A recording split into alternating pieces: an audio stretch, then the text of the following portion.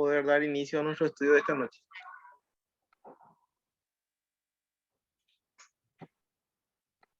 Oremos. Nuestro bendito Padre Celestial, te agradecemos, Señor, por esta noche que tú nos has regalado. Gracias, Señor, por este privilegio que tenemos de poder reunirnos en esta forma, Señor, a través de la tecnología. Gracias, Señor, por la vida de cada uno de los hermanos que se han conectado, Señor, para poder estudiar tu palabra en esta noche. Te rogamos, Señor, que tú estés bendiciendo nuestras vidas y que a través de tu Espíritu Santo, Señor, podamos estar aprendiendo a través de tu palabra todo lo que va a ser útil para nosotros. No solamente, Señor, que podamos aprenderlo intelectualmente, sino también que tengamos esa predisposición de poder aprender y no solamente quedarnos con el conocimiento, sino también practicar, Señor, lo que hemos aprendido, Señor. El resto de esta reunión, esta noche lo dejo en tus manos. La salud de mi hermano Dani, del hermano Francisco, Shirley, y por todos aquellos hermanos y familiares, Señor, que necesitan de sanidad. Te rogamos, Señor, que tu mano sanadora esté sobre la vida de cada uno de ellos y que puedan estar recuperando su salud conforme a tu voluntad y tu propósito, Señor. En el nombre de Jesús. Amén.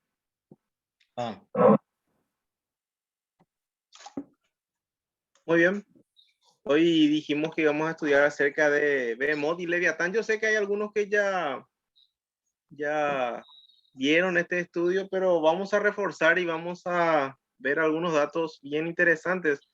Y es importante, ¿por qué estudiar un tema como este, Behemoth y Leviatán? Ustedes van a decir, es muy importante porque van a darse cuenta a través de estos estudios sucesivos que Satanás astutamente ha engañado incluso a muchos líderes de la iglesia de Cristo, ¿verdad? Con estos temas tan sencillos, pero a la vez tan profundos, ¿verdad?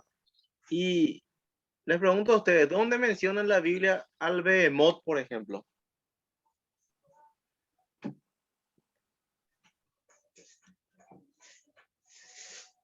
No me acuerdo. En Lot. No se acuerda, dice. En Lot. En Lot. Leviatán, yo sé que en Lot. Lot escribió un libro. Job. No, en la historia de Job. Muy bien, Job. Exactamente. Yo pensé que ya me estaban hablando de algún apócrifo. Pero fíjense ustedes ahí lo que dice en la pantalla. Dice, he aquí ahora Behemoth, su cola mueve como un cedro, dice ahí en Job 40, 15 y versículo 17. Entonces, en Job se menciona a estas dos criaturas. Y vamos a ver a quiénes se refiere. Ustedes mismos van a llegar a la conclusión. ¿Alguno de ustedes tiene una Biblia de estudio a mano? La normal. Ya sea Scofield, Riley, Thompson, alguna de esas Biblias de estudio. Sí, perfecto. Les voy a dar la oportunidad para que puedan leer más adelante, ¿sí? Y el Leviatán se menciona también en el mismo libro de Job, ¿verdad? Versículo 1 y 18 del capítulo 41. Sacarás al Leviatán y dice luego con sus estornudos enciende lumbre. Ese es nuestro tema entonces de esta noche, mis queridos hermanos. Y fíjense usted, vamos a tener muchas láminas y muchas ilustraciones de este ministerio, respuestas en Génesis, ¿verdad? .org. Se simboliza uno porque dice que hay que estudiar la palabra de Dios desde Génesis 1 en adelante y todo hay que creerlo y analizarlo. Dice, tenemos que defender y proclamar, estudiar, defender y proclamar la palabra de Dios. Ese debe ser el lema de cada cristiano, ¿verdad? ¿Y por qué estudiar este tema? Porque es un tema bíblico, está en la palabra de Dios. Es poco estudiado, es controversial. Y en cuarto lugar, porque Satanás utiliza para que se crea sus mentiras y grandes hombres de Dios han sido engañados al estudiar estos pasajes. Por eso es importante que lo estudiemos. Fíjense ustedes ahí en la portada, en el dibujo, hay un oso, ¿verdad? Queriendo comer miel, ¿verdad? De un panal de abejas. Esta era la carátula o la portada de la Biblia de Casiodoro de Reina, la primera versión de la Biblia en español en 1569. ¿Ustedes saben qué fecha se imprimió? 26 de septiembre de 1569. Una hermosa fecha, fácil de recordarlo. ¿Por qué para mí es fácil? Porque es la fecha de cumpleaños de mi señora esposa, ¿verdad? Entonces, Fácil de recordar por eso. La Biblia del oso. Por eso le llamaban del oso, porque tiene un oso en la carátula.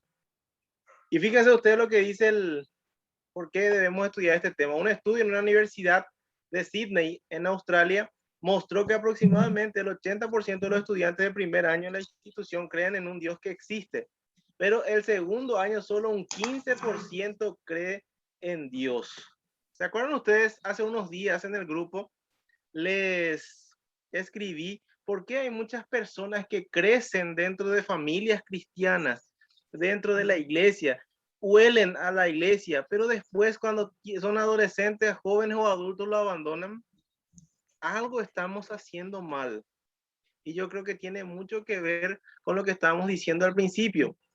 Muchas veces nosotros nos vamos a la iglesia como para cumplir con nuestra conciencia. Nos vamos, ahí estamos, alabamos al Señor, escuchamos la Biblia y luego ya salimos corriendo cada uno por su lado, cada uno tiene su compromiso, etcétera. Pero hay que hacer una pregunta y les voy a ser honesto, ¿verdad? Quiero que ustedes piensen, no hace falta que me respondan.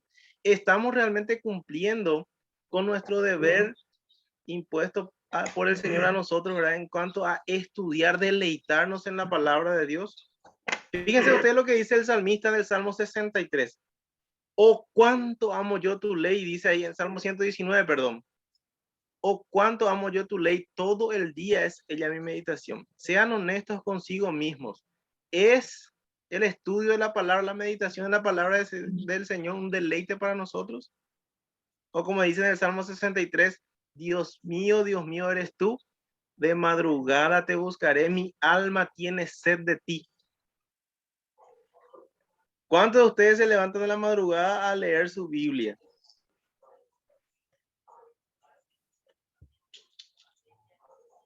No hace falta que respondan, ¿verdad?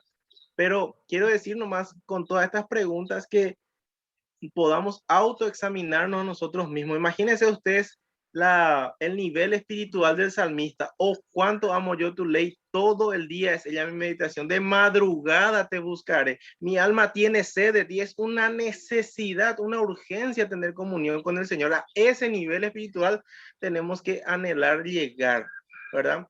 Y yo creo que estamos muchas veces lejos de eso por nuestra actitud, ¿verdad? Por cómo nos comportamos en la iglesia o por nuestra conversación, cuán liviano y cuán superficial es. ¿De qué hablamos? De que salió campeón Argentina, de que Italia fue campeón de la Copa.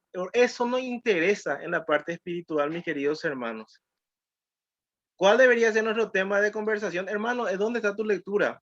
¿Por qué querés que ore, hermano? ¿Cuál es tu motivo de oración? ¿Cuándo escuchamos eso? Pocas veces. Hablamos de cualquier cosa menos de lo que en verdad es importante. Bueno, vamos a continuar un poquitito. Dice ahí, ¿por qué estudiar este tema? La iglesia acepta que para la creación del hombre, Dios se pudo valer de una materia que ya existía, los homínidos, a la que añadió el alma espiritual y racional, creando así al hombre. Fíjense ustedes, ahí abajo les puse el link de donde saqué esta información y es una página católica, ¿verdad? Les estoy mostrando cómo ellos creen que la evolución y la creación se pueden mezclar. Recuerdo muy bien, hace unos 10, 15 años atrás en la facultad decía una profesora nuestra, una doctora a quien nosotros apreciamos mucho, yo creo que Jorge y Dalmi le apreciaban también mucho como yo. Ella decía, hoy en día la evolución y la Biblia no son enemigas. Está demostrado científicamente que Dios creó al hombre y que el hombre fue evolucionando. Imagínense ustedes esa afirmación, que Dios creó al hombre y que el hombre fue evolucionando. Y eso es lo que mucha gente hoy cree, eso es lo que se está enseñando y eso es lo que dice esta diapositiva. Pero, ¿cómo estamos los evangélicos? Dice, muchos líderes evangélicos creen en la creación progresiva. Fíjense usted lo que eso implica. El Big Bang o la gran explosión, el gran estallido, origen del universo ocurrió hace 13.8 mil millones de años atrás. Y fíjense ustedes, esto es muy importante que entendamos. La muerte, el derramamiento de sangre y la enfermedad existieron antes de Adán y Eva. Y ahí ya empezamos con los conflictos. ¿Por qué? Porque ¿qué le dijo el Señor a Adán y a Eva? cuando iban a comer del fruto. Pueden comer de todos los frutos que haya, menos de ese árbol del conocimiento del bien y del mal. Porque del día que él comieres, ¿qué dice? Ciertamente morirás. O sea que no puede ser que nosotros creamos en el Big Bang o la evolución y creer también en la Biblia. Esos son incompatibles, ¿verdad? Chocan. Porque acá, por ejemplo, nosotros vemos que ellos dicen que la muerte, el derramamiento de sangre y la enfermedad son antes de Adán y Eva. Sin embargo, la Biblia le dice a ellos, ustedes si es que desobedecen, ahí van a tener la muerte como castigo. ¿Se entiende lo que quiero decir? Es Sí, después de Adán y Eva la muerte, la enfermedad y el derramamiento de sangre, no antes. O si no, no tiene sentido esa advertencia del Señor. Y los días de la creación eran periodos largos. El diluvio de Noé era un evento local. Luego vamos a hablar del diluvio local. El pecado tiene solo un efecto regional regionalmente limitado en el mundo. Criaturas semejantes al hombre, o sea, criaturas simiescas existieron antes de Adán y Eva, pero no tenían espíritu y por lo tanto no tenían ninguna salvación. ¿Cómo ellos pueden saber eso? ¿Verdad? Hay muchas cosas que ellos sacan de la cabeza, pero ¿saben por qué quieren hacer eso? ¿Entienden por qué muchos cristianos llegan a estas conclusiones? Porque queremos darle gusto a la gente que cree en la evolución, a la gente que supuestamente son especialistas en el ámbito, a los científicos, a los que miden el carbono 14, potasio, argón, etcétera. Y dejamos de lado lo que dice la Biblia. Ese es el problema, ¿se entiende? Ellos quieren darle gusto, por eso es que empiezan a decir, no, no era realmente los días de la creación, no eran días de 24 horas, sino eran periodos de tiempo, ¿verdad? Cada día representa miles de años. ¿Por qué?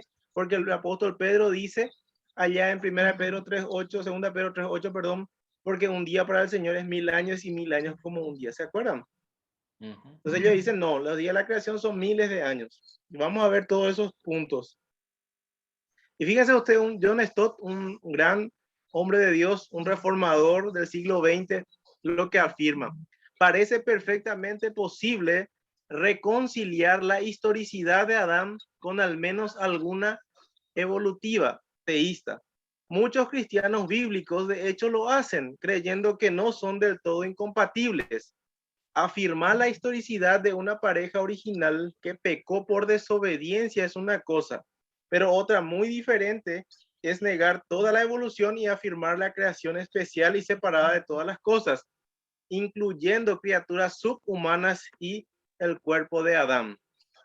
Y él concluye, la sugerencia, pues para mí no es más que eso, no me parece que está en contra de la escritura y por tanto que sea imposible que cuando Dios creó al hombre a su imagen, lo que hizo fue impregnar su propia semejanza en uno de muchos homínidos que estaban vivos en el momento. Hablando vacilantemente como un no científico, Stott continúa indicando que se inclina hacia una idea de homínidos preadámicos que eran anatómicamente indistinguibles del hombre moderno, pero que no llevaban la imagen de Dios. ¿Qué es lo que él está diciendo? Que él cree en una teoría que se llama evolución teísta, que Dios creó seres simiescos y en algún momento él impregna su imagen sobre ese ser simiesco y se convierte en hombre. ¿Se entiende? Ser viviente más soplo de vida de Dios es igual a hombre. Eso es lo que está diciendo. Sin embargo, vamos a ver más adelante que es completamente al revés. Que Dios creó al hombre, dice Génesis, del polvo de la tierra y sopló en su nariz aliento de vida y fue el hombre un ser viviente. Es al revés. Ellos dicen ser viviente más soplo de Dios es igual a hombre. Y la Biblia dice, hombre más soplo de Dios es igual a un ser viviente. ¿Se entienden? Vamos a entrar un poquito más de detalle en esto. No pueden, no están, chocan estas posturas. No podemos nosotros mezclar, pero sin embargo vemos, John Stott, vean ustedes toda su literatura, su biografía, fue un gran hombre de Dios, pero que en este punto siguió la corriente de este mundo, ¿verdad? Quiso ponerse en acuerdo con la gente científica de nuestros días hoy. Y fíjense ustedes lo que dice el príncipe de los predicadores, Charles Spurgeon.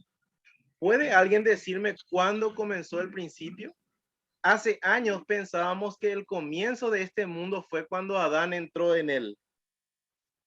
Pero hemos descubierto que miles de años antes de eso, Dios preparaba materia caótica para hacer una morada para el hombre, poniendo razas de criaturas sobre ella, quienes podrían morir y dejar atrás las marcas de su obra y maravillosa habilidad antes de que él hiciera al hombre. ¿Ven ustedes cómo esas ideas prendieron a estos grandes predicadores? Eso es lo que le estaba diciendo yo. ¿Por qué tenemos que estudiar estos temas que al parecer son muy secundarios? Porque si nosotros entendemos bien estos puntos, no nos vamos a dejar engañar. Scofield, yo sé que hay unos cuantos hermanos seguramente que conocen esta Biblia de estudio. Para mí es una Biblia espectacular, se aprende muchísimo. Pero él, por ejemplo, enseña la teoría de la brecha. ¿Qué es lo que es brecha? Que entre Génesis 1.1 y Génesis 1.2 hay un espacio de miles de millones de años. Eso es lo que significa la brecha. ¿Y cómo? Él le explica eso, dice ahí en su comentario de Génesis 1.1, el primer acto creativo se refiere al pasado sin fecha y da cabida a todas las edades geológicas. ¿A qué se refiere cuando dice edades geológicas? Al Cretácico, al Jurásico, etcétera, Precámbrico, etcétera, etcétera. ¿Por qué? Porque eso es lo que se enseña en la evolución. Los científicos evolucionistas dicen que a medida que uno va, por decirlo así, cavando dentro de la Tierra y la Tierra tiene ciertas características, entonces eso pasaron miles de millones de años. Y él dice acá que entre Génesis 1.1 y 1.2 podemos nosotros fácilmente ver todas las eras geológicas. No hay tal. La Biblia no da lugar para eso. Hay que,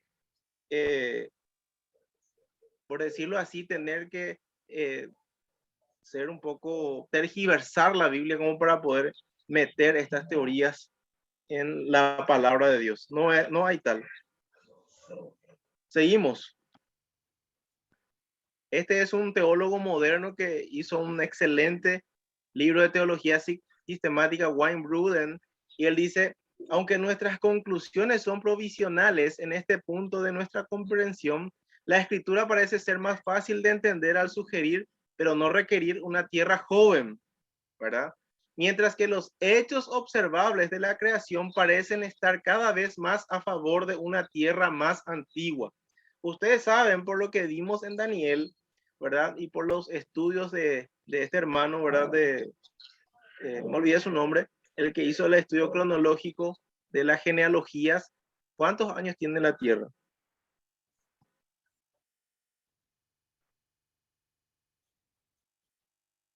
6 millones. No, 6.000 años aproximadamente. Hermano Pedro, voy a estar cediendo con los científicos de nuestra era, che, te querés poner bien con ellos, ¿eh? Se me escapó el término. No, una bromita, no, hermano. ¿Cuánto era? 6.000 aproximadamente. 6.000 años, así mismo. ¿Y cómo nosotros llegamos a esa suma? Porque si ustedes empiezan a sumar las edades de Adán, cuando tuvo a su hijo Set, etcétera, etcétera, hasta Jesucristo, hay más o menos 4.000 años. Y hoy estamos en el año 2021 después de Cristo, más o menos 6.000 años. Eso es lo que la Biblia dice, pero sin embargo, él dice acá que si nosotros leemos sin ningún prejuicio, vamos a llegar a la edad de que la Tierra tiene pocos años, o sea, que 6.000 años. Pero los hechos observables de la creación parecen estar cada vez más a favor de una Tierra más antigua. A este señor también le metieron en la cabeza que la Tierra tiene millones de años.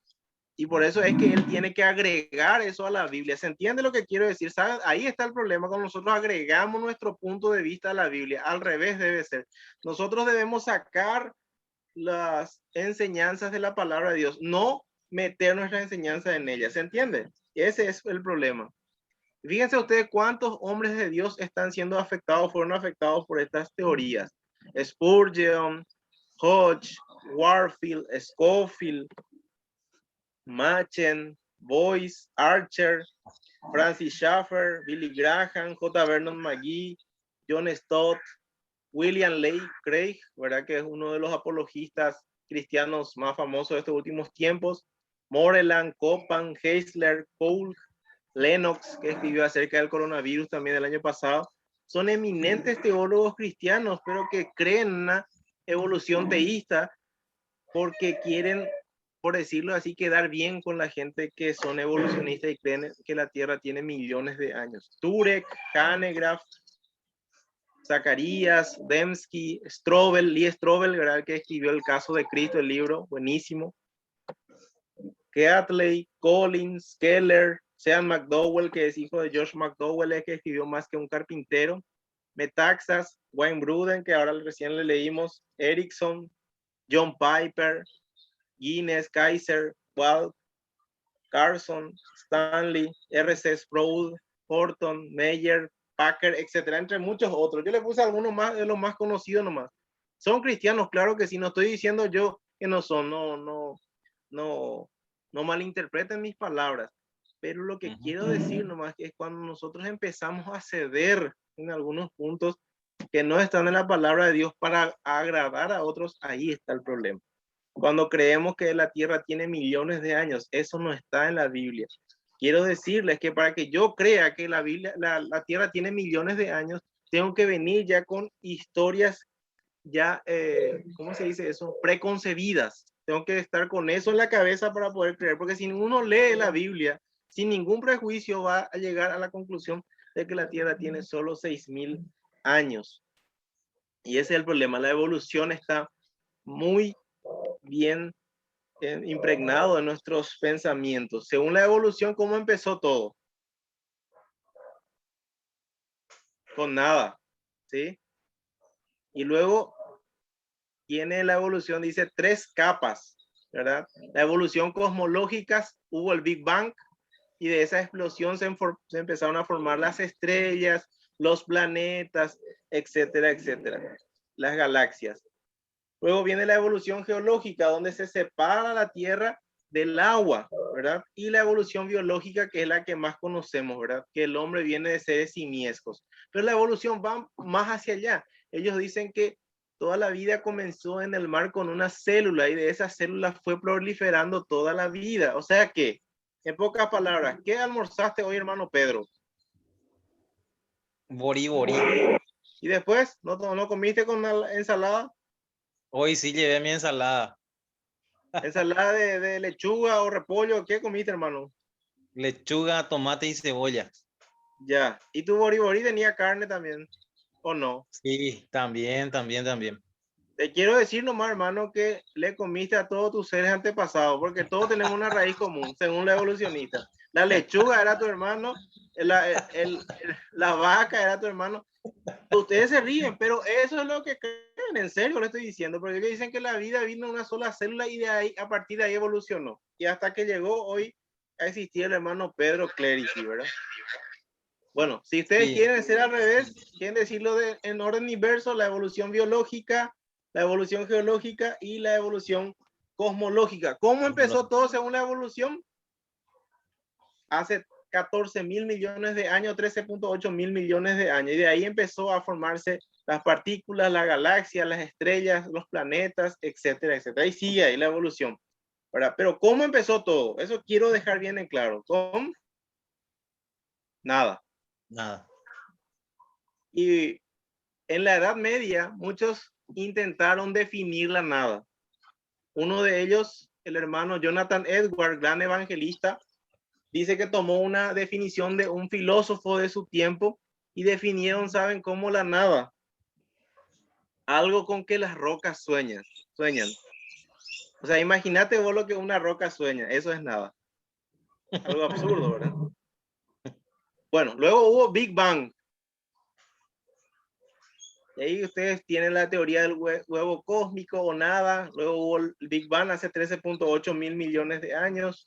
Nubes de hidrógeno, helio. Las estrellas empezaron a formarse hace 10.000 millones de años, etc. En nuestro sistema solar hace 5.000 millones de años. Fíjense ustedes, hace 13.8 mil millones de años hubo el Big Bang. Hace 10 a 12 mil millones de años se formaron las estrellas. Hace 5.000 millones de años el Sol.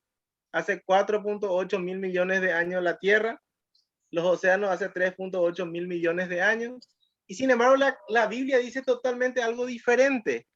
Imagínense ustedes, según la evolución, ¿cuál fue formado primero, el Sol o la Tierra? Fíjense ustedes en ese grupo, en ese gráfico. El Sol. El Sol. Sin embargo, la Tierra dice en Génesis 1:1, en el principio creó Dios los cielos y la Tierra. ¿Y en qué día fue creado el Sol? El tercero, güey. En el día cuarto. ¿Sí? Por lo tanto, primero es la Tierra y luego viene el Sol. Ahí ya hay problemas. En el día 1 el Señor crea la Tierra, los cielos y la luz. ¿Verdad? En Génesis 1:3 dice, y Dios dijo sea la luz y fue la luz. En el día 2 separó las aguas, dice, y creó la atmósfera. En el día 3 se separó la tierra seca y se formó, o sea, se creó todo lo que es los arbustos y la vegetación. Día 4, sol, luna y estrellas. Día 5, las criaturas del mar y las aves. Y día 6, los animales y el hombre. ¿Sí? Y ahí están las dos cosmovisiones, ¿verdad? Lo que dice la evolución arriba y lo que dice la creación abajo, ¿verdad? Son totalmente distintos. Y ahí ustedes ven, los día 1, tierra, cielos, tiempo y luz. En el día 2 separó las aguas y la atmósfera. Día 3 se creó las plantas, tierra seca. Y día 4, sol, luna y estrellas. Día 5, los animales del mar y las aves. Y día 6, animales terrestres y el hombre. Fíjense ustedes ahí donde dice día 5, ahí les puse un paréntesis, o perdón, un círculo rojo. ¿Qué le está mostrando ahí?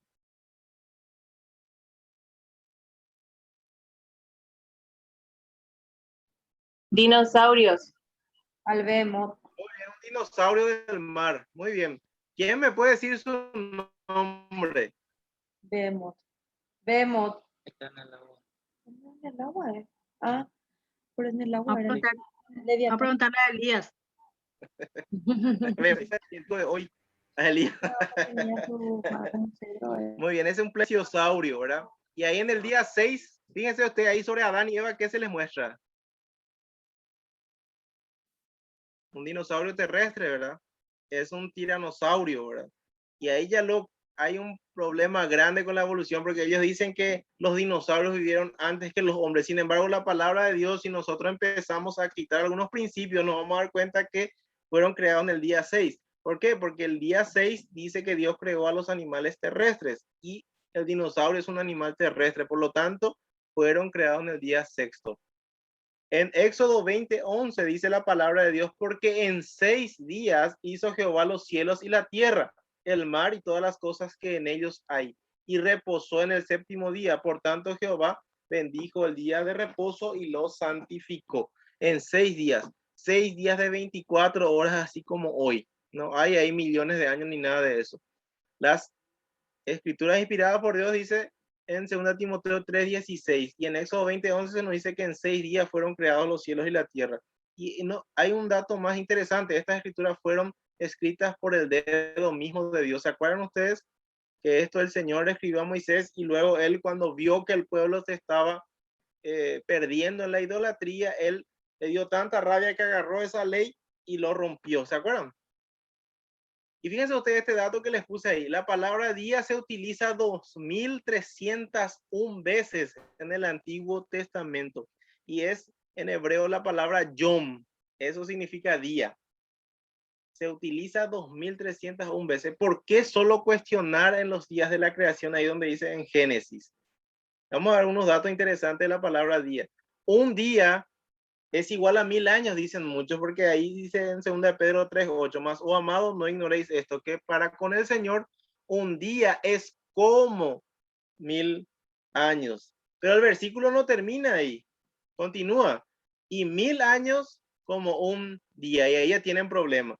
Entonces, fíjense ustedes cómo está el versículo, más, oh amados, no ignoréis esto, que para con el Señor, es para el Señor, no para nosotros, un día es como 1000 años. Y no es que un día es 1000 años, sino es como 1000 años, porque Él es un ser eterno, el Dios que siempre existe, ¿verdad? El Dios siempre presente, como dice en Éxodo 3:14, yo soy el que soy.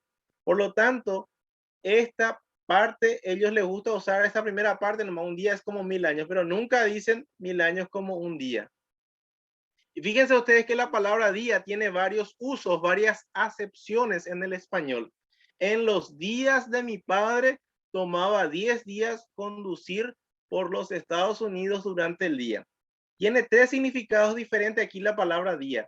En los días de mi padre no significa día de 24 horas, sino significa en la época, en los tiempos de mi padre. Tomaba 10 días, acá sí significa 24 horas. Conducir por los Estados Unidos durante el día. Ahí se refiere al periodo de día donde hay luz, o sea, 12 horas, ¿verdad? 3 formas diferentes de usar la palabra día. Y fíjense ustedes, si nosotros aplicamos eso de un día es igual a 1000 años en Jericó, ¿saben cuántos días dio la vuelta Josué con el pueblo del Señor Israel alrededor de Jericó? 7000.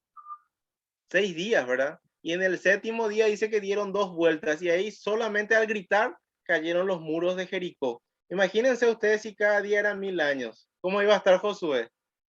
Algo así iba a estar, ¿verdad? Con su bastoncito, ¿verdad? Nadie duda de que son 6 días. Sin embargo, en Génesis todo el mundo dice, no, que un día es una era, que son 1000 años, que son millones, etc. O, por ejemplo, Jonás. ¿Cuánto tiempo estuvo Jonás en el vientre del gran pez? 3000 años. Imagínense ustedes, este pescado cómo va a estar. Bueno, vamos a continuar un poquitito más. ¿Por qué tan pocos cristianos creen que los días de Génesis son días literales de 24 horas? Porque tienen metido esto, la evolución. La Biblia no es verdad, dicen los científicos seculares. Estas rocas demuestran que la Tierra tiene millones de años. Me tienes que creer porque yo soy científico. ¿Y qué dice el teólogo? ¿Qué dice el cristiano? Voy a aceptar los millones de años y añadirlos a la Biblia. Ahí está el problema cuando nosotros añadimos nuestro punto de vista a la Biblia. Nosotros tenemos que estar sacando la enseñanza de la palabra de Dios y no añadiendo nada, ¿verdad? Fíjense ustedes, si nosotros estudiamos la Santa Biblia, la palabra perfecta de Dios, y extraemos la enseñanza, eso se le llama exégesis. Yo leo la palabra de Dios y el Señor me enseña, entonces yo extraigo enseñanza de ella. Eso es lo que debe hacer un cristiano, una exégesis, estudiar versículo por versículo la palabra de Dios. Génesis 1:1 en adelante. Pero ¿qué es lo que la mayoría de las veces pasa en las iglesias? Ya venimos con ideas preconcebidas y queremos incluirlo en la Biblia. A eso se le llama eisegesis. Y eso es incorrecto, eso está mal, ¿sí? Cuando nosotros tenemos ideas preconcebidas de que la Tierra tiene millones de años y queremos añadirlo a la Biblia, ahí está el problema y ahí surgen las diversas interpretaciones que vamos a estar viendo cada uno, ¿sí? Entonces, ¿qué pasa cuando se compara la Biblia con la teoría de la evolución? La Biblia dice que Dios es la autoridad. La evolución dice que el hombre es la autoridad. La Biblia nos habla de creación, caída, diluvio, etc. Sin embargo, la evolución nos habla de Big Bang, millones de años, etc. Esto es lo que dice el cristianismo y la evolución nos habla del humanismo. ¿Y qué pasa cuando nosotros queremos cuando las personas intentan ponerlos de acuerdo? ¿Cuál es el que sale modificado? Adivinen ustedes. Ahí está. Se quiere meter en la palabra de Dios, se quita, se saca, se entiende, se tergiversa lo que dice la Biblia. Ahí está el problema. Cuando nosotros estudiamos la Biblia sin nada en mente, vamos a llegar a la conclusión de que la Tierra tiene miles de años, que la muerte es después del pecado y por lo tanto vamos a entender el Génesis en forma literal, que hubo una creación por parte de Dios. Pero si nosotros leemos la Biblia con ideas preconcebidas de millones de años, que son falibles métodos de datación humana, ahí llegamos a que hay muerte antes del pecado y salen todas estas teorías, ¿verdad? La evolución teísta, la teoría de la brecha, la creación progresiva, etc. ¿Se entiende? Ahí está el problema. Y estas son las reinterpretaciones que hay de la Biblia. Teoría del día era, teoría de la brecha, evolución teísta, entre otros. La teoría del día era, ¿qué es lo que dice la teoría del día era? Fíjense ustedes que nosotros ya vimos en este estudio varias veces lo que se creó en cada día de la creación. Y entre paréntesis, me gustaría que cada uno de ustedes aprenda lo que se creó en cada día. Les va a servir para enseñar a sus hijos. Incluso acá hay grafiquitos que le van a facilitar esto. Entonces, ellos dicen que no eran días de 24 horas, sino que en realidad eran eras. Y ahí les pregunto yo a ustedes, ¿será que eso es así? Si yo dejo una planta 12 horas en la oscuridad, ¿va a morir o no va a morir? 12 horas no, pero vamos a suponer que era realmente un día de la creación, era una era, y ahí hubo millones de años o miles de años. ¿Sobreviviría una planta por miles de años sin luz del sol? Pregunto. No, ahí ustedes se dan cuenta lo absurdo que es pensar en esta teoría día-era. La siguiente, la brecha. Fíjense ustedes lo que dicen los que creen esta teoría. Entre Génesis 1:1 y 1 y 2. En el principio creó Dios los cielos y la tierra. Y ahí, antes de que aparezca el versículo 2, ellos colocan la caída de Lucifer, ¿verdad? Por lo tanto, los ángeles vinieron a invadir toda esta tierra y finalmente el Señor tuvo que castigarlos con un diluvio, dicen ellos, el diluvio de Lucifer. Todo esto no lo busquen en la Biblia, no está, no lo van a encontrar. Ellos también ubican ahí la era de los dinosaurios, ¿sí? Y por último, los homínidos, los seres simiescos. Nada de esto está en la Biblia. Le estoy diciendo lo que predican los de la teoría de la brecha. Y después de todo eso, después de millones de años, lo que hace el Señor es recrear, porque dice ahí ellos que la palabra que se utiliza ahí para tierra es erex del hebreo y que es tierra seca. Y ahí en el versículo 2, sin embargo, se nos dice que la tierra estaba desordenada y vacía. ¿Y Dios puede crear algo desordenado y vacío? Dicen ellos, no, Dios crea todo perfecto. Y luego dice, y las tinieblas estaban sobre la faz del abismo.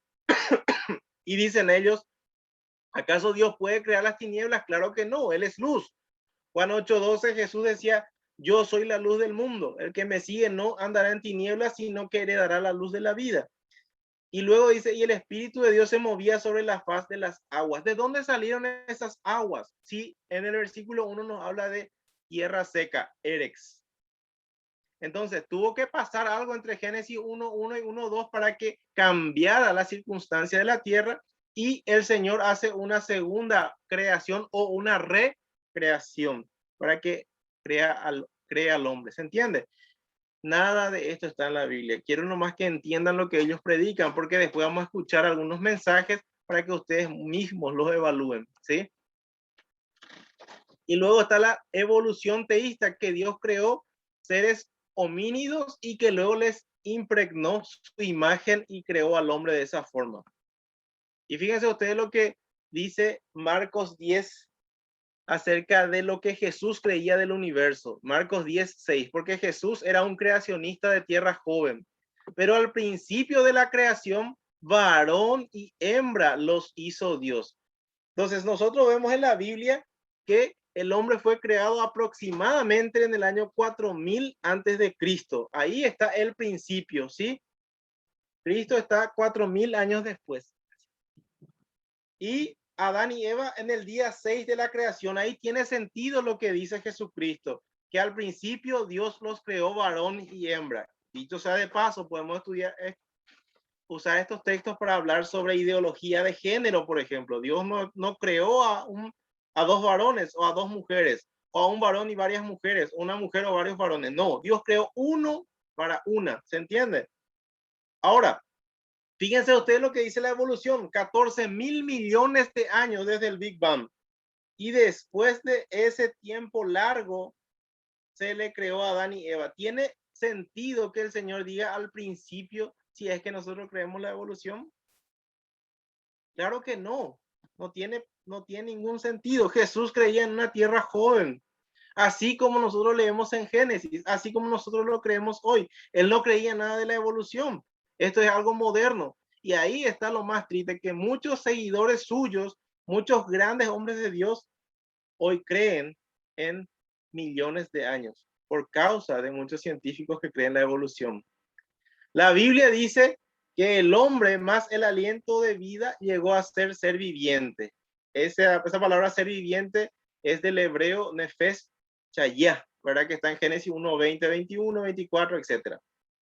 Primera Corintios 15:45 dice, el primer hombre, Adán, fue hecho alma o ser viviente.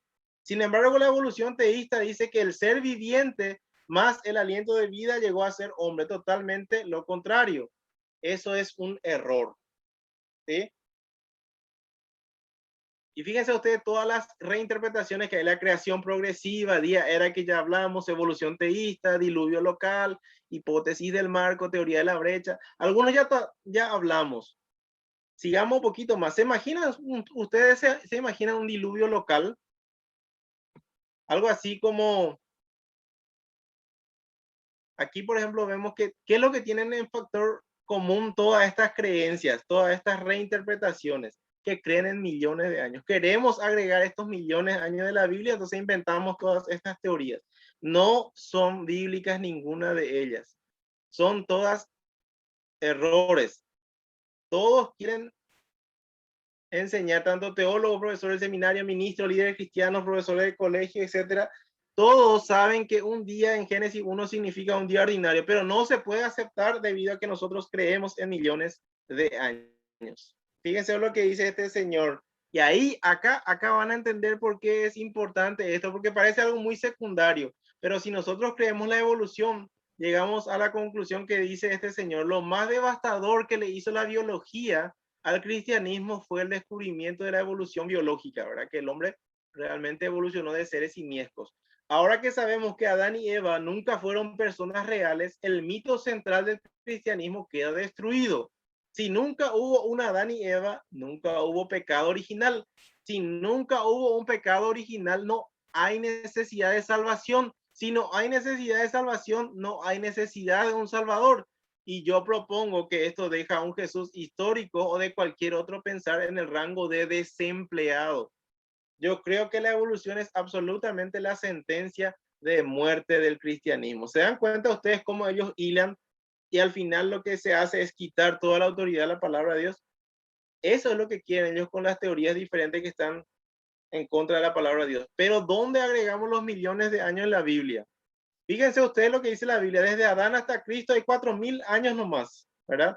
Ahí, fíjense ustedes, esa línea celeste es la línea que va por María, donde nosotros vemos que David, no sé si ustedes llegan a ver mi puntero acá, desde David, no sé si encuentran ustedes, David,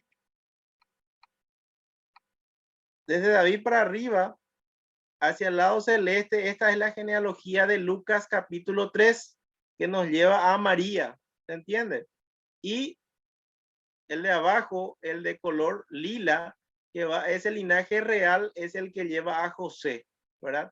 4.000 años, el Mateo 1, la genealogía de Mateo 1, 4.000 años pasaron desde Adán hasta Cristo, y hasta de Cristo hasta hoy, otros 2.000 años, solamente 6.000 años, ahí tienen ustedes. Tiempo antes de Adán, 5 días.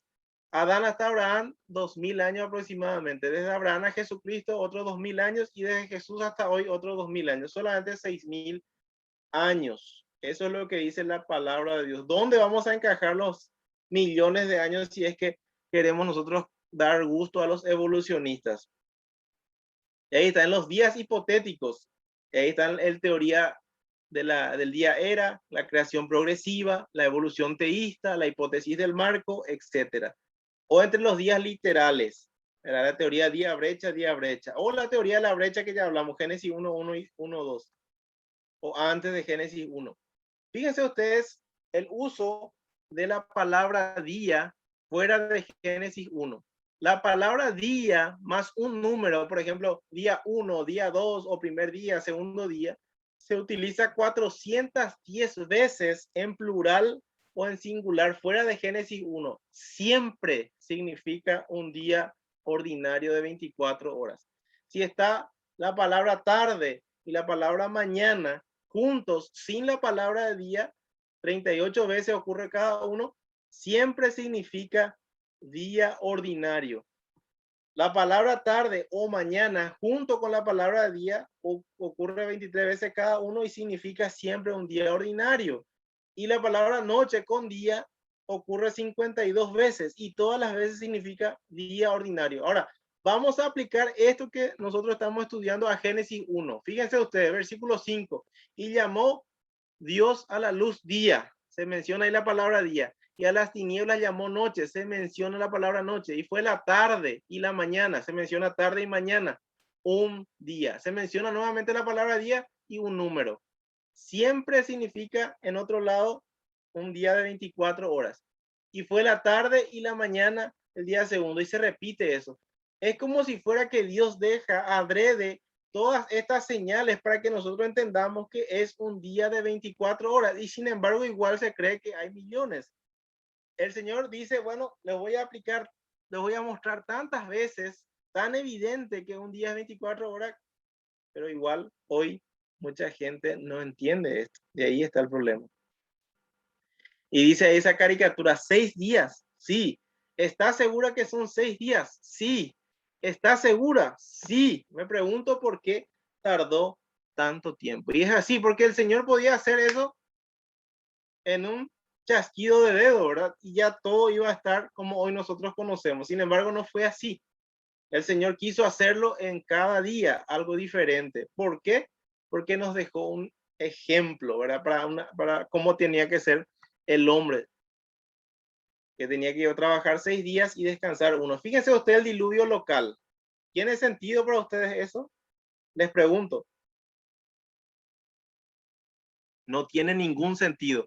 Y ahora les quiero mostrar en este video cómo todo lo que estamos hablando se resume en lo que dice este hombre. Ahí les dejo el video. Dice Flor Romero, ¿dónde está la evidencia de la existencia de la humanidad preadámica? Muy bonito tema. Claro que sí. El mundo preadámico. Bueno, cuando nosotros estudiamos el capítulo 1 del Génesis, versículo 1 y versículo 2, encontramos en el principio, en el versículo 1, la creación de Dios, los cielos y la tierra. Ahí encontramos la palabra eretz, que es tierra seca en el hebreo. Pero entre el versículo 1 y el versículo 2 encontramos un cisma o un gap, como le llaman en inglés, o un paréntesis, porque en el versículo 2 se nos presenta otra tierra, en un estado caótico, de vaciedad, de desorden. Se mencionan las tinieblas, Dios no es el autor de las tinieblas, se menciona el abismo y se menciona también que estaba completamente cubierta de aguas.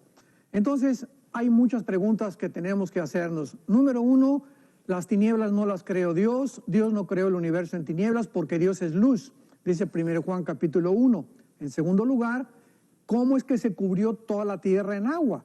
Dios dice en Isaías 45, no creó la tierra, tohu bohu, que son las dos palabras hebreas que se usan para desordenada y vacía. Entonces nos damos cuenta que hubo una transformación entre el versículo 1 y el versículo 2 del mundo, y en el versículo 3, donde comienza la recreación, Dios dice que sea la luz. Esto lo podemos comprobar en Isaías capítulo 14, lo podemos comprobar en Ezequiel capítulo 28 y en Ezequiel capítulo 31. En Ezequiel 28 se nos narra y se nos cuenta la creación de Lucifer, y se nos muestra claramente que Lucifer ocupaba el huerto del Edén. Ahí está en el capítulo 28 de Ezequiel. Él vivía en el huerto del Edén. Él fue creado en el monte de Dios, que es el monte de Sión, que se describe igual. Y vemos también en Job capítulo 38, del 4 al 7, que cuando Dios hizo la tierra, los ángeles ya existían. Dice, se regocijaban cuando Dios formó la tierra, la midió, etcétera, etcétera. Entonces vemos que la creación de los ángeles fue anterior a nosotros. Y esta creación de los ángeles son los que ocupaban este planeta Tierra que nosotros ahorita estamos ocupando. Era el dominio de Satanás. En la rebelión satánica de Lucifer, que arrastró a la tercera parte de los ángeles, Apocalipsis capítulo 12, versículos 3 y 4, vemos nosotros que entonces el mundo quedó en tinieblas, desordenado, caótico, y Dios tuvo que transformarlo para que nosotros pudiéramos ocuparlo y ser nosotros los corregentes con Dios de este mundo.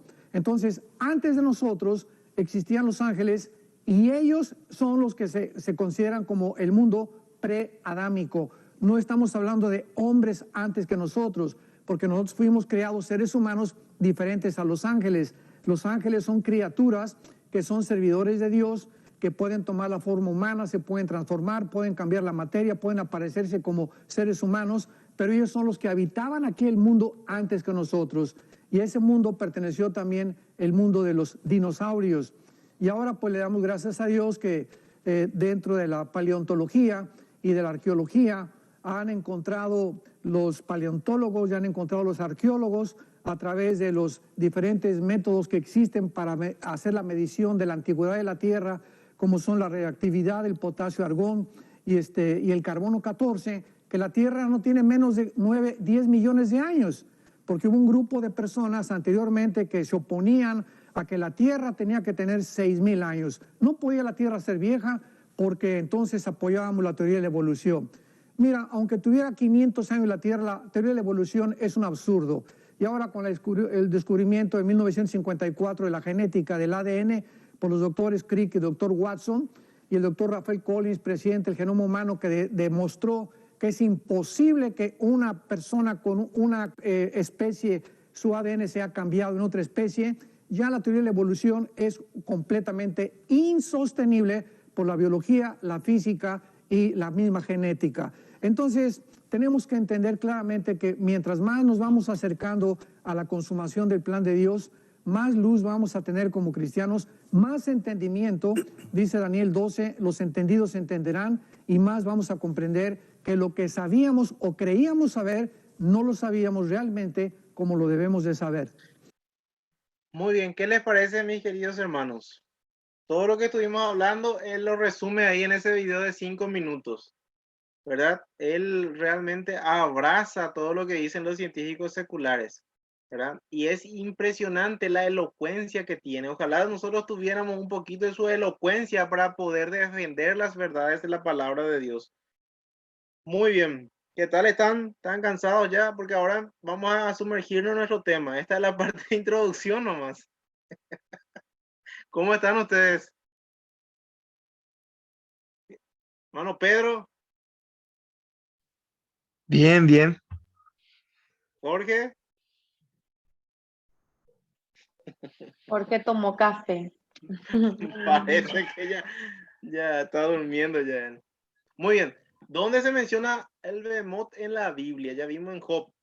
¿Qué significa esa palabra behemoth? ¿Es cierto que el behemoth es el elefante? Y si no es así, entonces, ¿qué criatura es? ¿Por qué hay tanta confusión al respecto? Jorge, vos tenés la Biblia, una Biblia de estudio ahí me dijiste, ¿verdad? Rairi, Manolo. El de Rairi. ¿Qué dice la Biblia Rairi ahí en Job capítulo 40, versículo 15 acerca del behemoth? ¿Qué animal puede ser?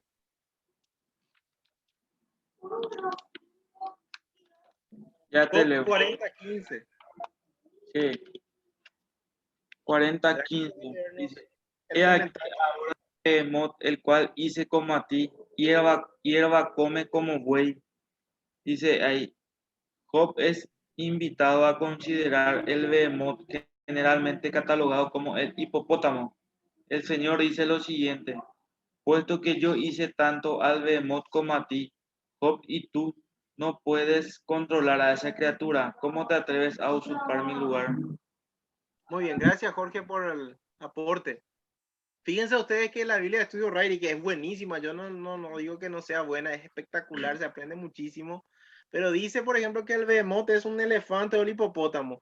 Y ahora vamos nosotros a describir, vamos a leer ese pasaje y vamos a ver si ustedes piensan lo mismo que ese comentario. Dice Job 40:15, he aquí ahora behemoth, el cual hice como a ti, hierba come como buey, he aquí ahora sus fuerzas está en sus lomos, su vigor en los músculos de su vientre, su cola mueve como un cedro y los nervios de sus muslos están entretejidos. Sus huesos son fuertes como bronce y sus miembros como barras de hierro. Acá yo le destaqué acá algunas cualidades de este behemoth. Fíjense usted que es una creación de Dios porque le dice a Job, el cual hice como a ti, hierba come como buey, es un herbívoro, ¿verdad? Tiene mucha fuerza, está en sus lomos, su vigor en los músculos del vientre, su cola mueve como un cedro. Imagínense ustedes la cola de un elefante o un hipopótamo, ¿les parece un cedro? No, ¿verdad? El 18 dice, sus huesos son fuertes como bronce, que es uno de los metales más fuertes, y sus miembros como barras de hierro. Versículo 19. Él es el principio de los caminos de Dios.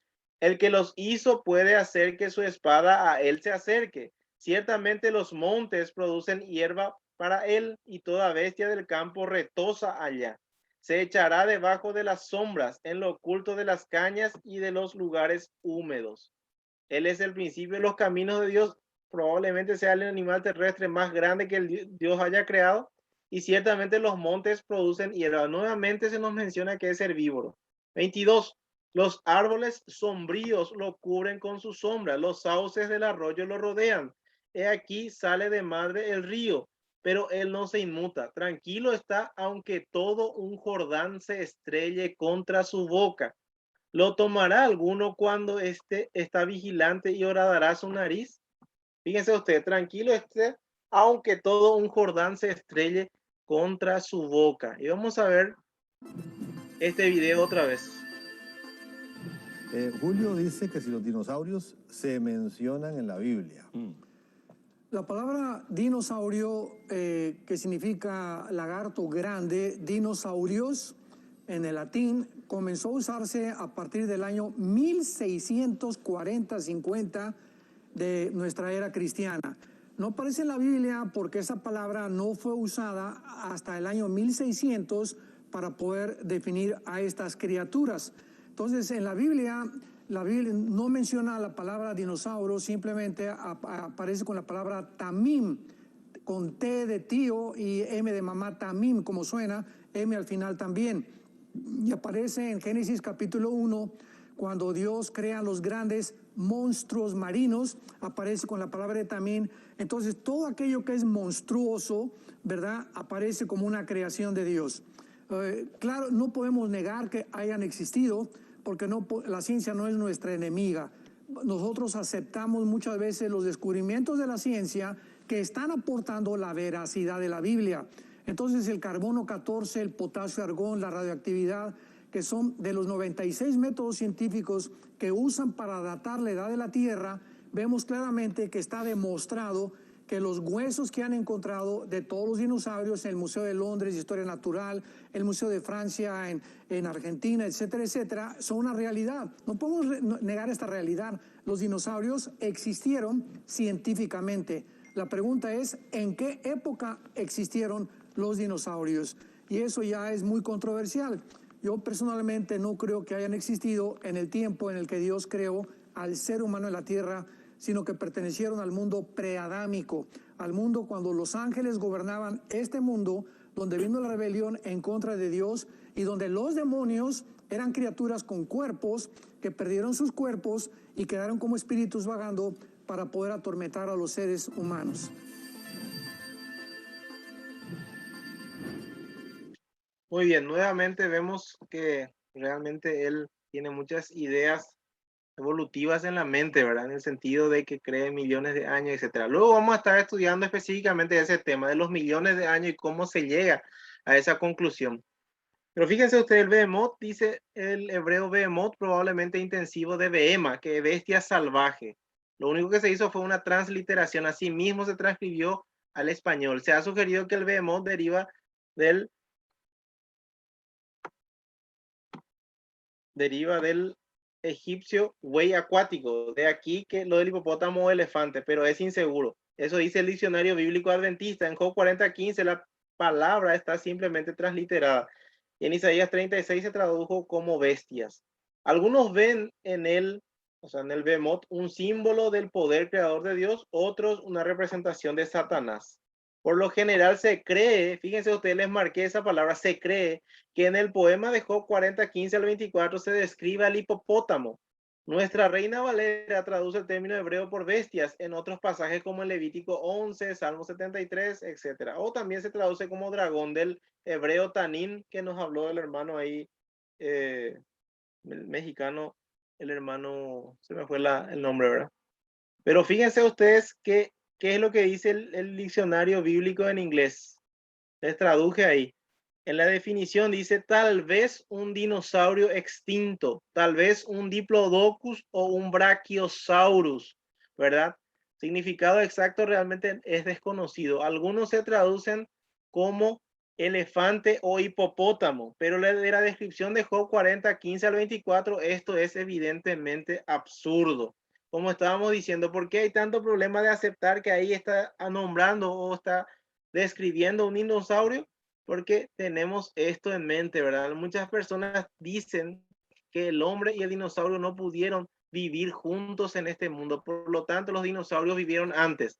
Y eso es lo que tienen ya en mente. Sin embargo, acá en Job se nos da a entender totalmente lo opuesto, que probablemente Job conocía en sus días a este ser gigantesco que se describe en Job como Behemoth, ¿verdad? Y cuando mezclamos la Biblia con la evolución, el que sale modificado siempre es la Biblia, y eso es lo que es incorrecto, ¿verdad?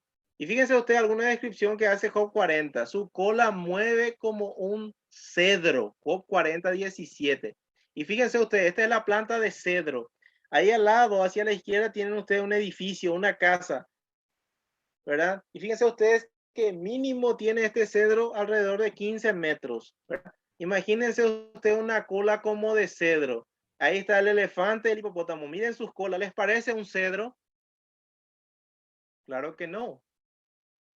No es un cedro. Fíjense ustedes, aquí le colocamos esta cola como de cedro al elefante y no le va. Le colocamos al hipopótamo y tampoco le va. Pero sin embargo, si le colocamos a un brachiosaurio, le va perfectamente. Por lo tanto, tranquilamente el Behemoth pudo haber sido un brachiosaurio, ¿se entiende? ¿Y por qué Behemoth? Porque, qué sé yo, en la creación Adán le habrá puesto ese nombre primero, ¿verdad? Porque como escucharon ustedes del doctor Alducin, la palabra dinosaurio recién se inventó en 1841 por Sir Richard Owen, ¿verdad? Que descubrió los primeros huesos fémur de dinosaurios y le puso ese nombre que viene del griego, ¿verdad? Deino, que significa grande, lagarto, y saurio, que significa terrible, ¿verdad? Significa lagarto terrible o lagarto gigante. Fíjense ustedes ahí, si nosotros ponemos en comparación el tamaño de un hipopótamo y elefante con un brachiosauro. Tranquilo está, aunque todo un Jordán se estrelle contra su boca. Fíjense ustedes, algo así es lo que está describiendo ahí el pasaje de Job. Y fíjense ustedes el tamaño de un hombre de aproximadamente 1,80 de estatura con un brachiosauro, ¿verdad? Impresionante el tamaño. Y ahí está comparando con otros dinosaurios. El brachiosauro realmente era gigantesco, ¿verdad? Algo así como esto.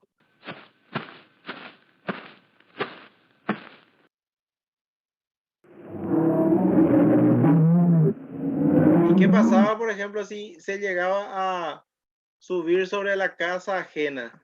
Algo así como esto, ¿verdad? Bueno, entonces probablemente en el Edén Adán le dio ese nombre, ¿verdad? Behemoth, no brachiosaurio como lo conocemos hoy. Y en el Edén seguramente estaban así. Muy bien, hasta ahí es el estudio sobre Behemoth. Leviatán, vamos a dar algunas pinceladas. ¿En qué pasaje se menciona en la Biblia la palabra Leviatán? ¿Qué significa esa palabra? Es cierto que Leviatán es el cocodrilo, como dicen algunas Biblias de estudio. Si no es así, si no es un cocodrilo, entonces ¿de qué criatura trata? ¿Por qué hay tanta controversia sobre esta criatura? Fíjese usted los pasajes que menciona al Leviatán. Job 3:8, Job 41, Salmo 74:14, 104:26, Isaías 27:1, etc.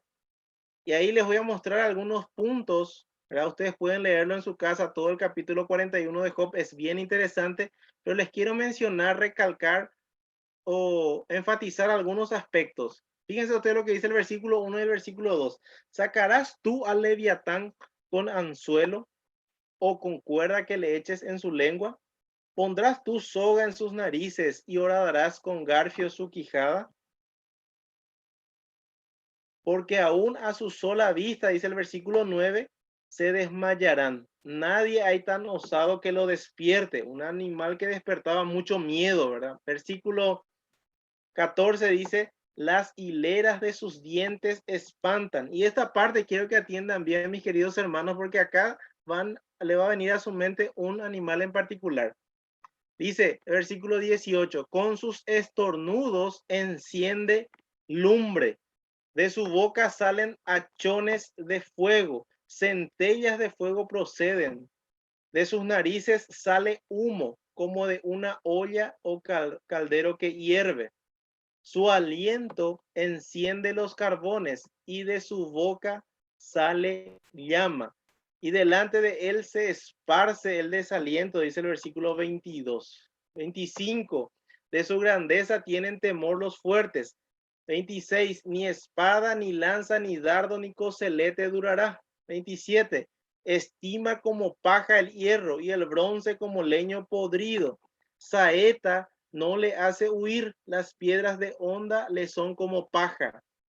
Tiene toda arma por hojarasca, dice el versículo 29, y del blandir de la jabalina se burla, hace hervir como una olla el mar profundo y lo vuelve como una olla de ungüento.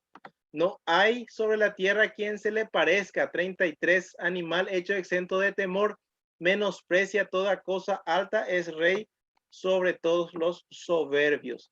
Les hago una pregunta, mis queridos hermanos. ¿Qué animal le viene en mente cuando les hice la descripción de este Leviatán? Dice ahí en el versículo 18 en adelante, con sus estornudos enciende lumbre, de su boca salen hachones de fuego, hace hervir el mar, por sus narices salen humo. ¿Qué animal es lo que le viene a la cabeza?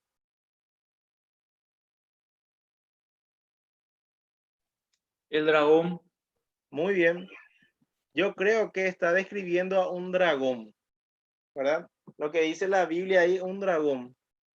Ahora, fíjense ustedes que la palabra en hebreo es tanín, ¿verdad?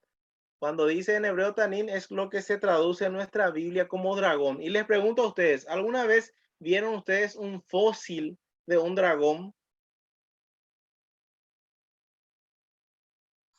No, nunca No. vimos.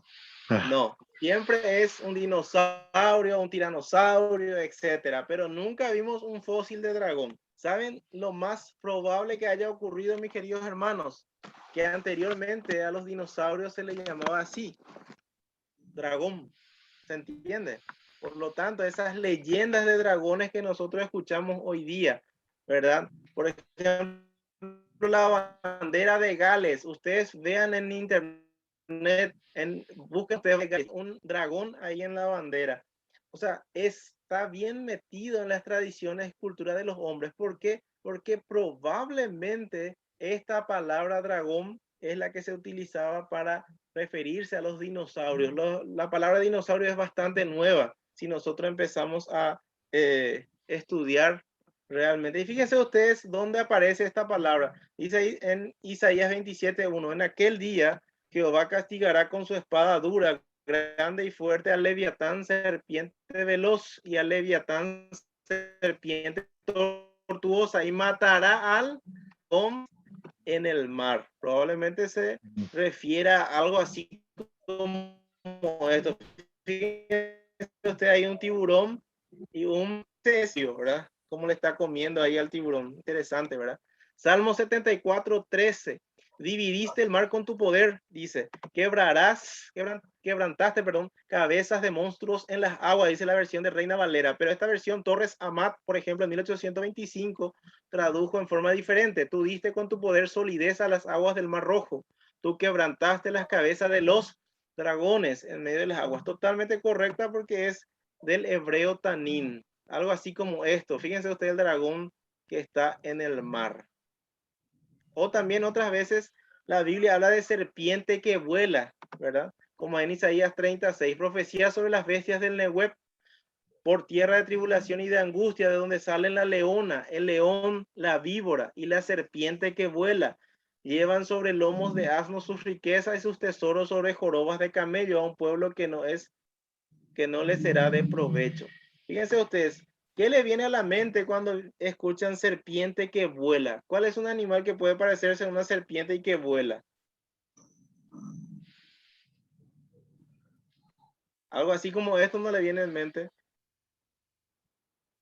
Esto es un pterodáctilo, o un pteranodón, ¿verdad? Un dinosaurio que volaba, ¿verdad? Y que se alimentaba de carne. Yo les digo nomás, hermanos, que esto es lo que la Biblia en hebreo dice Tanim. En nuestra Biblia a veces se describe como dragón o a veces como serpiente que vuela, etc. Yo creo particularmente que esta palabra dragón se usa en la Biblia para referirse a los que nosotros hoy conocemos como dinosaurios, ¿se entiende? Y vamos a ver, vamos a fundamentar más adelante también nuestro punto de vista para que puedan ustedes tener en cuenta. Leviatán dice del hebreo Leviatán, de la que se hace una transliteración al español. Aparece en varios libros poéticos y proféticos como Job, Salmo, Isaías. Algunos creen ver al cocodrilo. Para describir el terror se lo representa figuradamente como echando fuego y humo por sus narices. Eso dice el diccionario bíblico adventista. Este saurio pululaba en los ríos de la antigua Palestina y de Egipto, pero se extinguió. Solo se lo encuentra en el Nilo en la región de Sudán. Pero otros eruditos creen que por el término hebreo deriva de volar. No se puede identificar correctamente el animal. Ni Job 41 se refería al cocodrilo. Lengua, cuello y columna vertebral no se ajustan totalmente con lo que hoy conocemos. Ni los demás pasajes poéticos ayudarían a su reconocimiento. Por lo que la interpretación varía entre un pez enorme como un cachalote o un tiburón, una serpiente marina o terrestre hoy extinguida, o una bestia fabulosa producto del folclore popular. No es así, porque si ustedes leen el libro de Job, el Señor empieza a hablar con Job y le dice, ¿dónde estabas tú cuando yo creaba la tierra? Házmelo saber, ¿verdad? Entonces le empieza a mostrar la grandeza del creador por medio de la creación y le menciona a varios animales y llega al Behemoth y llega al Leviatán. Por lo tanto, es algo que él conocía en sus días. ¿Se entiende? ¿Qué dice el diccionario bíblico en inglés? El Leviatán. Ahí les traduje. Es un monstruo marino, dragón, como ustedes me dijeron. Animal acuático grande, quizás el dinosaurio extinto Plesiosaurus, significado exacto desconocido.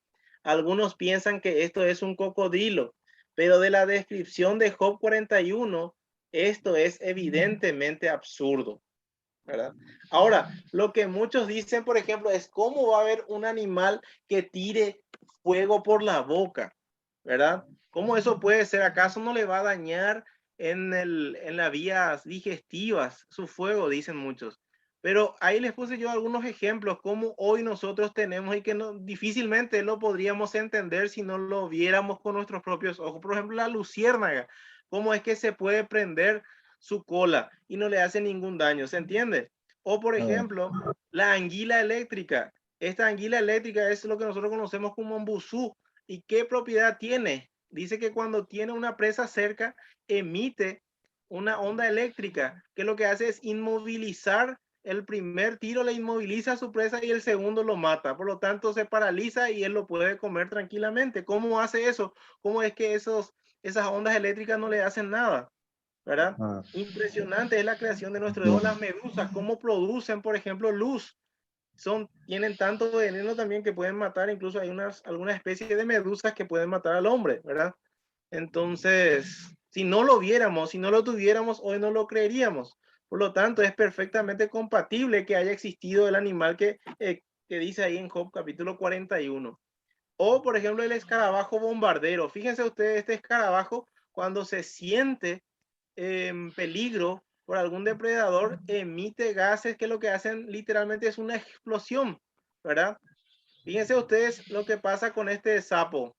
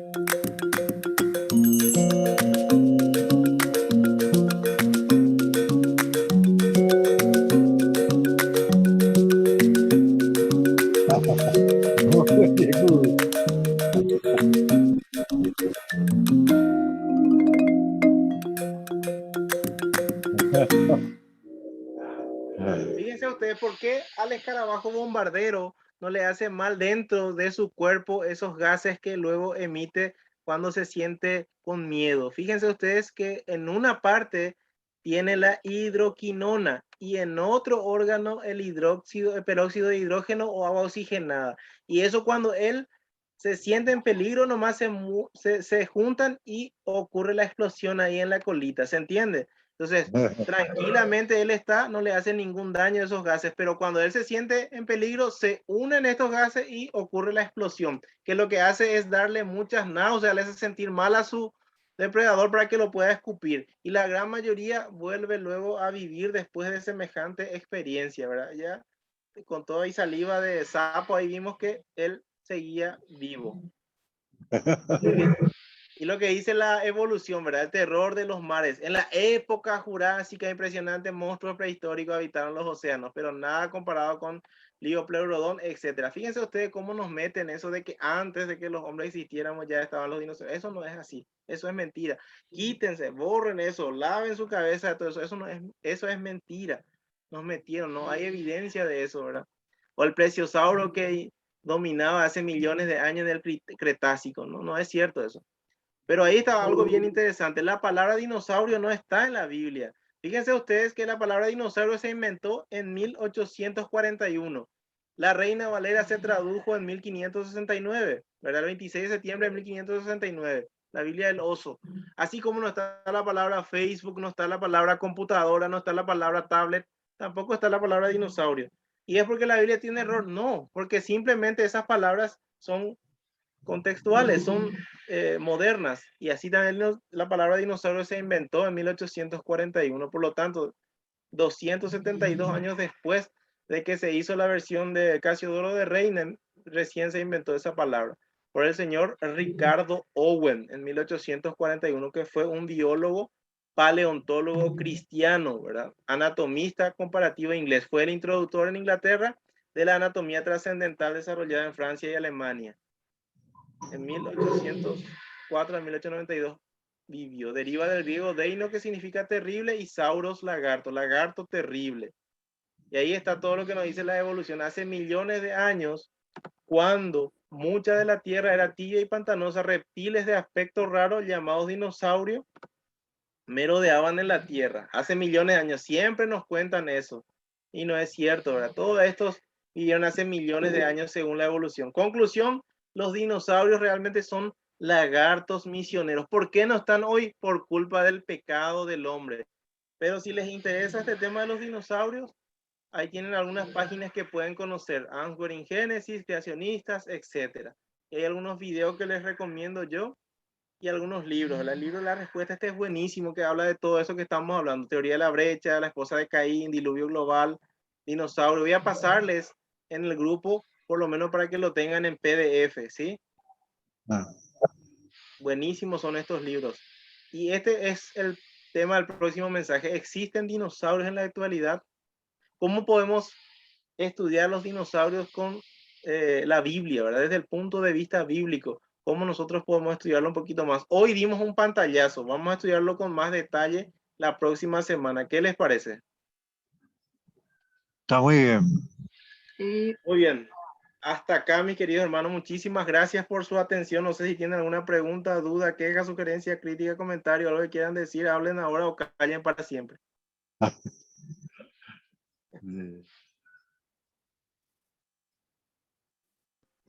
No sé Muy si tienen bueno, alguna... Manolo. Sí. O sea, cómo se nota que, o sea, ya habíamos dado unas cuantas clases contigo, ¿verdad? Pero siempre estás agregando en cada clase algo más que nos Sí. llama la atención y estamos aprendiendo gracias a eso. Para que no sea aburrido, ¿verdad? Porque si es siempre el mismo tema y la misma presentación, pues se van a aburrir de mí y no quiero eso.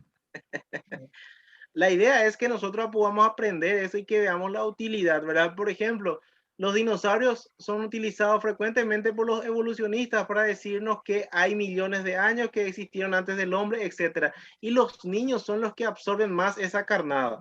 Ahora pregúntenle usted a su hijo y les aseguro que a casi el 100% de los niños les gusta este tema y te van a hablar de millones de años. Y a ella le están adoctrinando a nuestros hijos. Nosotros tenemos que tener respuestas para poder darlo a la luz de la Biblia, o si no, ellos van a decir, ah, no, es pura teoría, la Biblia no nos sirve para nada, es algo que se hace solamente los domingos, y por eso es que mucha gente tiene después hasta rebeldía hacia el cristianismo después cuando es adolescente o joven o adulto, ¿verdad? Porque no se les enseñó realmente, y muchas veces hasta nosotros no nos enseñaron. Esto es algo realmente que pocas veces tocamos en las iglesias, ¿verdad?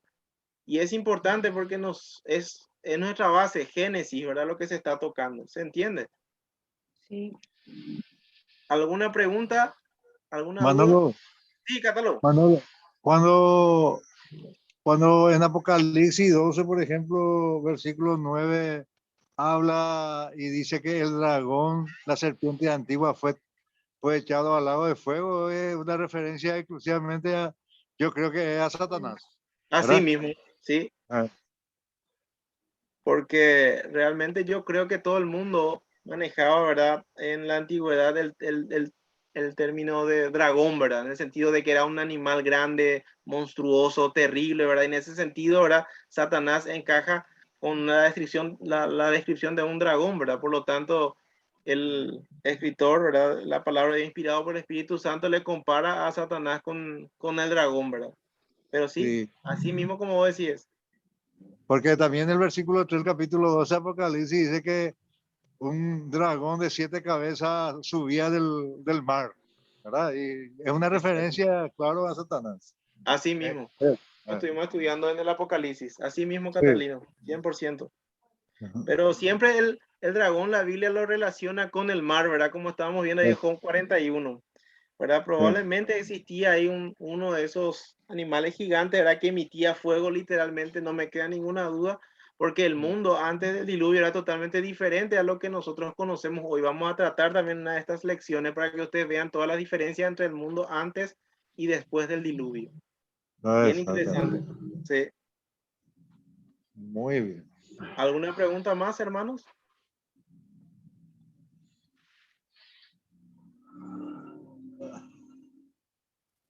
Bueno, creo que vamos a dar por terminada la clase de hoy. Vamos a orar y terminamos, mis queridos hermanos, ¿sí? Muchas gracias a cada uno de los que se conectaron, ¿sí? Amén. Padre Celestial, te agradecemos, Señor, por cada uno de los hermanos que tienen ese deseo de estudiar tu palabra. Te pedimos, Señor, que tú estés bendiciendo, Señor, este tiempo de estudio, que nos estés ayudando, que se estén aclarando, Señor, nuestras dudas, que el Espíritu Santo nos esté enseñando y que podamos aprender de tu palabra.